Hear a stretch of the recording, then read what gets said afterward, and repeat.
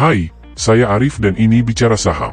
Majelis Hakim Pengadilan Negeri Palembang, Sumatera Selatan, membuat keputusan yang mengejutkan dalam kasus dugaan korupsi akuisisi saham PT Satria Bahana Sarana oleh PT Bukit Asam atau PT BA. Putusan tersebut adalah pembebasan 5 terdakwa yang menjadi sorotan publik.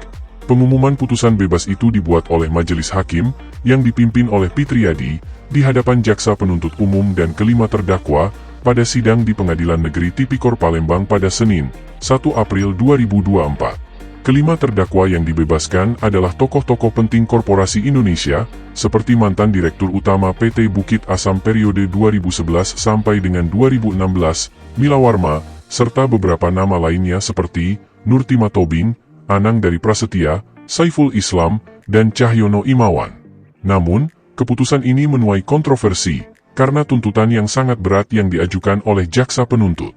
Dalam pernyataannya, Pitriyadi menyatakan bahwa terdakwa tidak terbukti secara sah dan meyakinkan melakukan tindak pidana korupsi, sebagaimana didakwakan oleh jaksa penuntut umum, baik dalam dakwaan primer, sekunder, maupun tersier.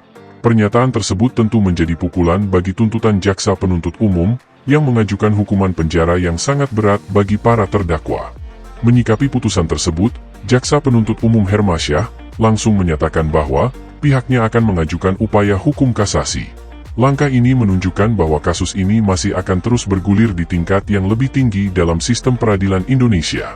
Tuntutan jaksa penuntut umum sebelumnya adalah hukuman penjara yang sangat berat, yakni hingga 19 tahun penjara, serta denda sebesar Rp750 juta bagi masing-masing terdakwa. Dalam tuntutan tersebut, jaksa penuntut umum juga menyoroti bahwa tindakan yang dilakukan oleh para terdakwa tidak sejalan dengan semangat pemerintah dalam memberantas korupsi, kolusi, dan nepotisme. Ini menjadi sorotan penting dalam kasus ini karena menyangkut isu fundamental dalam tata kelola pemerintahan dan korporasi di Indonesia. Sementara itu, reaksi dari para terdakwa pun beragam. Salah satunya adalah Mila Warma, mantan Direktur Utama PT Bukit Asam itu, menyatakan rasa syukurnya atas keputusan hakim yang membebaskannya dari hukuman.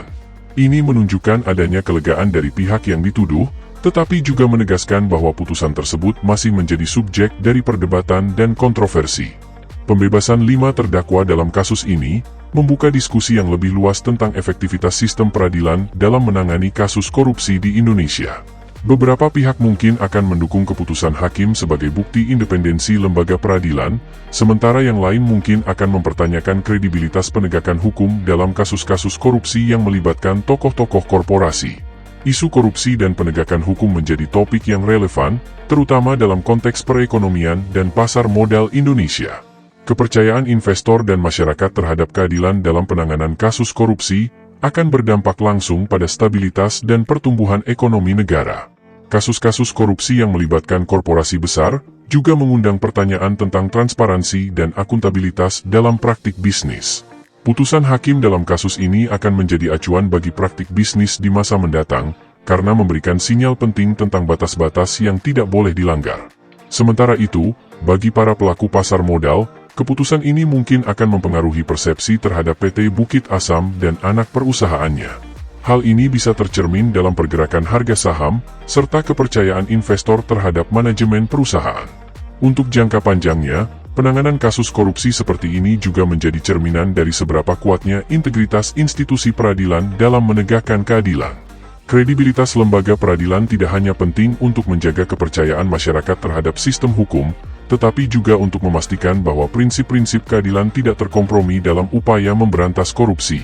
Dengan demikian, putusan pembebasan 5 terdakwa dalam kasus ini bukan hanya sekadar keputusan hukum, tetapi juga merupakan cerminan dari dinamika kompleks dalam sistem peradilan Indonesia. Diskusi dan refleksi atas putusan ini akan terus berlanjut, membawa implikasi yang luas bagi tata kelola pemerintahan, korporasi, dan masyarakat sipil di Indonesia.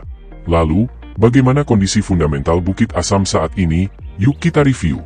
Tapi sebelum itu, ayo di like, share dan subscribe, sebagai bentuk apresiasi, dan membantu perkembangan channel ini. Terima kasih.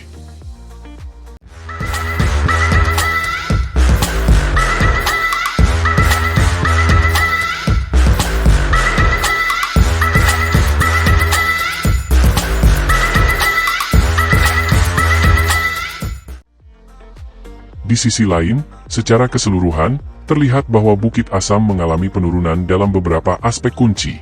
Aset perusahaan mengalami penurunan sebesar 6,5 triliun rupiah, menurun dari 45,3 triliun rupiah pada Desember 2022 menjadi 38,7 triliun rupiah pada Desember 2023. Begitu juga dengan ekuitas yang turun dari 28,9 triliun rupiah menjadi 21,5 triliun rupiah pada periode yang sama.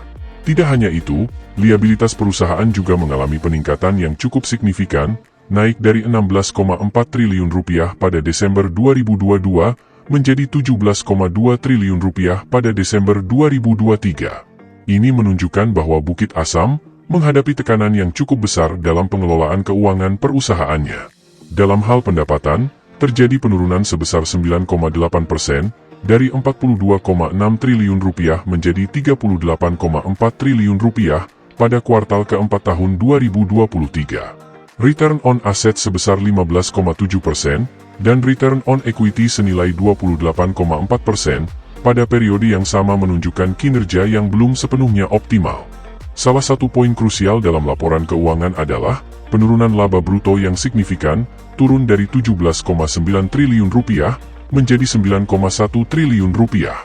Namun, terdapat sedikit perbaikan pada beban umum dan administrasi yang mengalami penurunan dari 2,3 triliun rupiah menjadi 1,9 triliun rupiah, serta beban pajak penghasilan yang juga mengalami penurunan dari 3,4 triliun rupiah menjadi 1,8 triliun rupiah. Di tengah tantangan yang dihadapi, terdapat beberapa titik terang.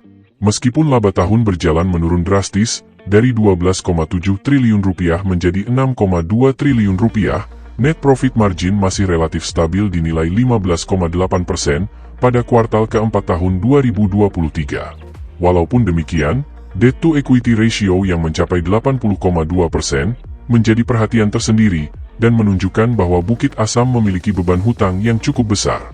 Arus kas dari aktivitas operasional sebesar 3,1 triliun rupiah pada kuartal keempat 2023 menunjukkan bahwa perusahaan masih mampu menghasilkan arus kas yang cukup signifikan.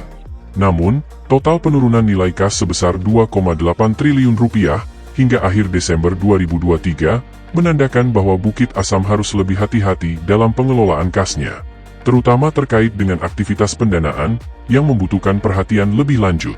Dengan demikian, analisis mendalam terhadap kinerja keuangan Bukit Asam pada kuartal keempat tahun 2023 menjadi penting bagi para investor pasar modal untuk memahami potensi risiko dan peluang di masa yang akan datang.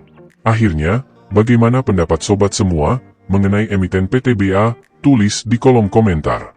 Tetaplah bijaksana, dan kita bertemu kembali pada analisa Artificial Intelligence selanjutnya. Saya Arif, Artificial Intelligence Finansial. Dan ini, Bicara Saham.